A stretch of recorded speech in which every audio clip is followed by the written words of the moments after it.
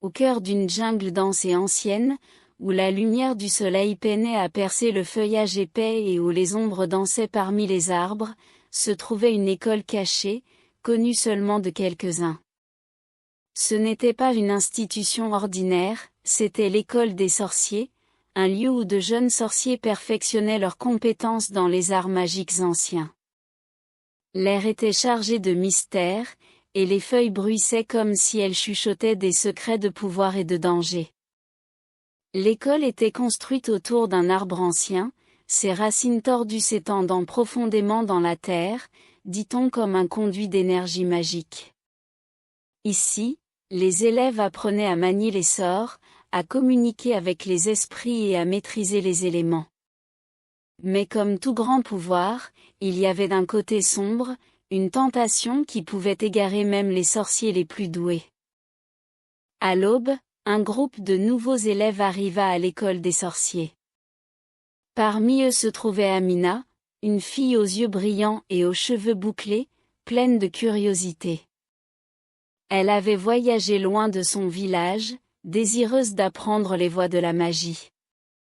Son cœur battait d'excitation alors qu'elle franchissait l'arcade ornée de sculptures représentant des sorciers légendaires.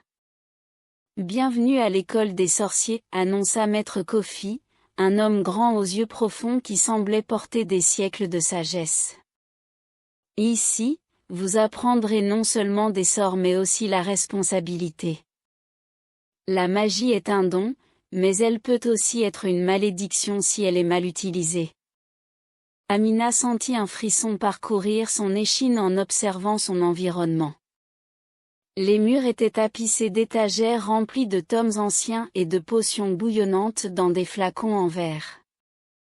L'atmosphère vibrait d'énergie, un mélange d'anticipation et d'appréhension. Les jours se transformèrent en semaines alors qu'Amina et ses camarades s'immergeaient dans leurs études. Ils apprenaient la magie élémentaire, comment invoquer le feu du bout des doigts et appeler la pluie avec leur voix. Chaque leçon les rapprochait, forgeant des liens d'amitié. Cependant, tous les élèves n'étaient pas satisfaits de leur enseignement. Un groupe dirigé par Juma, un garçon sombre aux yeux perçants, commença à explorer des chemins plus sombres. Il murmurait à propos de la magie noire, un art ancien et interdit qui promettait un immense pouvoir m'écoutait cher. Pourquoi se contenter de simples tours quand nous pouvons commander des forces au-delà de notre imagination, argumenta Juma une nuit alors qu'ils se rassemblaient dans un coin isolé de l'école. Ces mots étaient chargés d'allure, séduisant ceux qui désiraient le pouvoir. Amina surprit leur conversation et ressentit un frisson d'inquiétude. La magie noire est dangereuse, avertit-elle ses amis.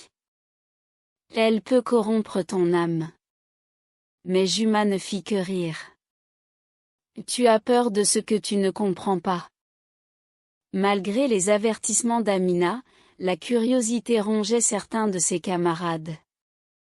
Une nuit, sous le couvert des ténèbres, Juma mena ses partisans profondément dans la jungle pour réaliser leur premier rituel de magie noire. Ils se rassemblèrent autour d'un ancien autel en pierre couvert de mousse et de vigne. Ce soir, nous invoquerons les esprits des ténèbres, déclara Juma, sa voix résonnant à travers les arbres. Nous obtiendrons des pouvoirs inimaginables. Alors qu'ils commençaient leurs incantations, des ombres se tordaient autour d'eux comme des serpents. L'air devint lourd de tension alors qu'un vent surnaturel hurlait à travers la clairière. Soudainement, le sol trembla sous leurs pieds. Amina observa depuis une distance sécuritaire, cachée derrière un arbre. La peur lui noua le ventre alors qu'elle réalisait qu'il franchissait une ligne qui ne devait jamais être franchie. Le rituel échappa à tout contrôle lorsque des forces obscures furent libérées dans le monde. Un rire glaçant résonna à travers la jungle alors que des esprits malveillants jaillissaient des ombres. Les arbres ployaient sous leur poids, les animaux fuyaient terrorisés. « Que faisons-nous » cria l'un des partisans de Juma alors que l'obscurité envahissait le terrain de l'école. Les esprits semaient le chaos sur le campus, les murs craquaient et les fenêtres explosaient comme si une force invisible cherchait à revendiquer son territoire. Amina se précipita pour avertir Maître Kofi et ses camarades. « Maître! Nous devons les arrêter », s'exclama-t-elle essoufflée en entrant dans son bureau. L'expression de Kofi devint grave en écoutant son récit. « Nous devons rassembler tout le monde, dit-il fermement. Nous ne pouvons pas laisser cette obscurité se répandre. » Alors que les élèves s'assemblaient dans la cour, la peur se mêlait à la détermination dans leurs yeux. Amina se tenait au premier plan aux côtés de Maître Kofi. « Nous devons unir nos pouvoirs, leur ordonna-t-il. Ce n'est qu'ensemble que nous pourrons affronter ce mal. » Les étudiants formèrent un cercle autour du vieil arbre au centre de l'école, un symbole de leur unité et de leur force. Ils commencèrent à chanter des sorts de protection et lumière pour repousser l'obscurité envahissante. Mais Juma et ses partisans restaient à l'écart, consumés par leur propre désir de pouvoir. Ils tentèrent d'inverser le sort avec des incantations sombres qui déformaient la réalité elle-même. Le choc entre lumière et obscurité éclata en chaos, une tempête se leva au-dessus d'eux alors que le vent hurlait et que la foudre frappait dangereusement près d'eux. Au milieu du tumulte, Amina ressentit une montée de courage au fond de son cœur. Elle se souvint des enseignements de Maître Kofi sur la foi, la croyance que la lumière triompherait toujours sur l'obscurité si l'on restait ferme.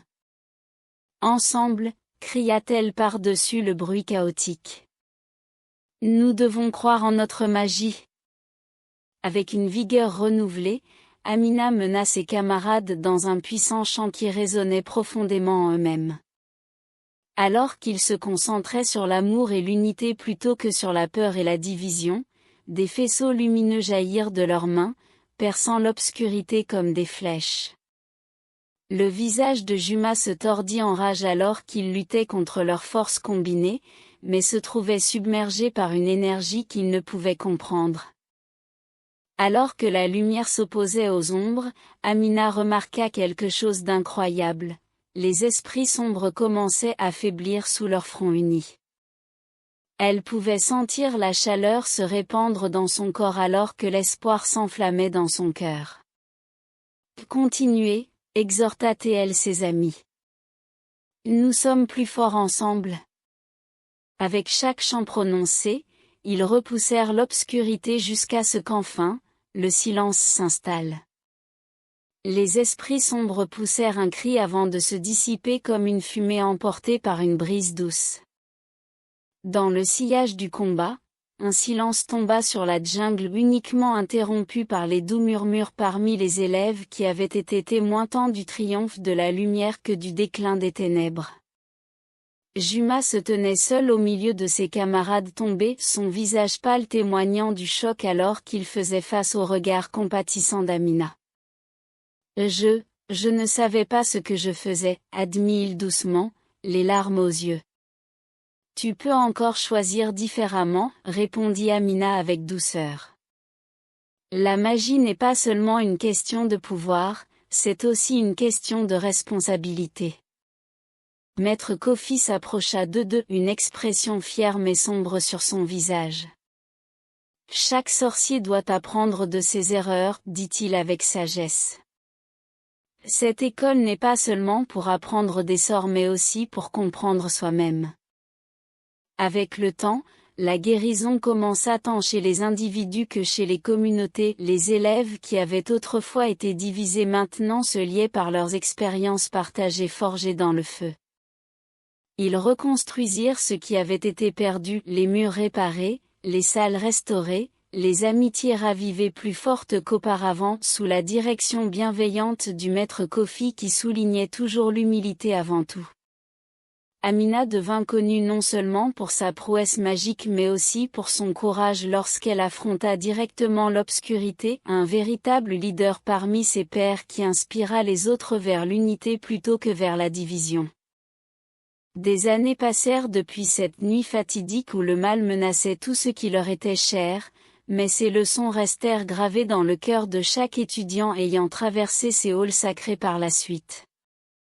L'école des sorciers continua à prospérer profondément au sein de son sanctuaire dans la jungle, brillant intensément comme un phare, contre les ombres menaçantes, tout en nourrissant les générations futures, destinées à manier la magie avec responsabilité, plutôt que simplement pour leur propre ambition égoïste. Et ainsi il fut dit à travers des terres bien au-delà, l'héritage laissé derrière par ces jeunes sorciers ayant appris que le véritable pouvoir réside non seulement dans les sorts mais aussi en eux-mêmes, lorsqu'ils sont unis sous un même but, protéger ce qui est bon contre toute adversité. Que se produira-t-il lorsque vous croyez ce qui est vrai, ou, par contre, ce qui est faux? Ce que vous croyez est une question de vie ou de mort. Il y a de nombreuses années, les médecins croyaient que les maladies étaient causées par un agent dans le sang. Bien que ce soit vrai, ils ne savaient pas comment soigner l'anomalie sanguine. Conséquent avec leurs croyances, ils pensaient qu'il fallait pratiquer une saignée chez le malade pour éliminer le plus de sang possible, et donc la maladie. Ce fut le traitement infligé par un médecin à George Washington, le premier président des États-Unis. Dans sa vieillesse, Washington attrapa une maladie. Le docteur qui le soignait voulait sauver la vie de son illustre patient, mais en fait il précipita sa mort en pratiquant la saignée. Voilà où peut mener la foi dans une erreur. Cela peut également se produire dans le domaine spirituel. On peut être très sincère et sincèrement dans l'erreur qui mène à la mort éternelle.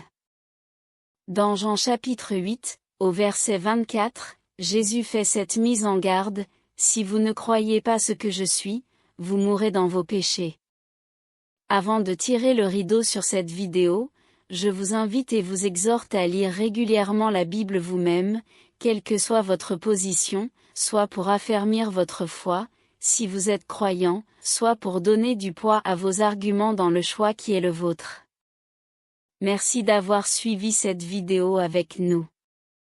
Si vous aimez ce contenu, n'hésitez pas à mettre un pouce en haut, à partager massivement cette vidéo, et à vous abonner à ma chaîne, pour être régulièrement informé des nouvelles publications, et suivre des histoires épiques, inspirantes et édifiantes. À très bientôt.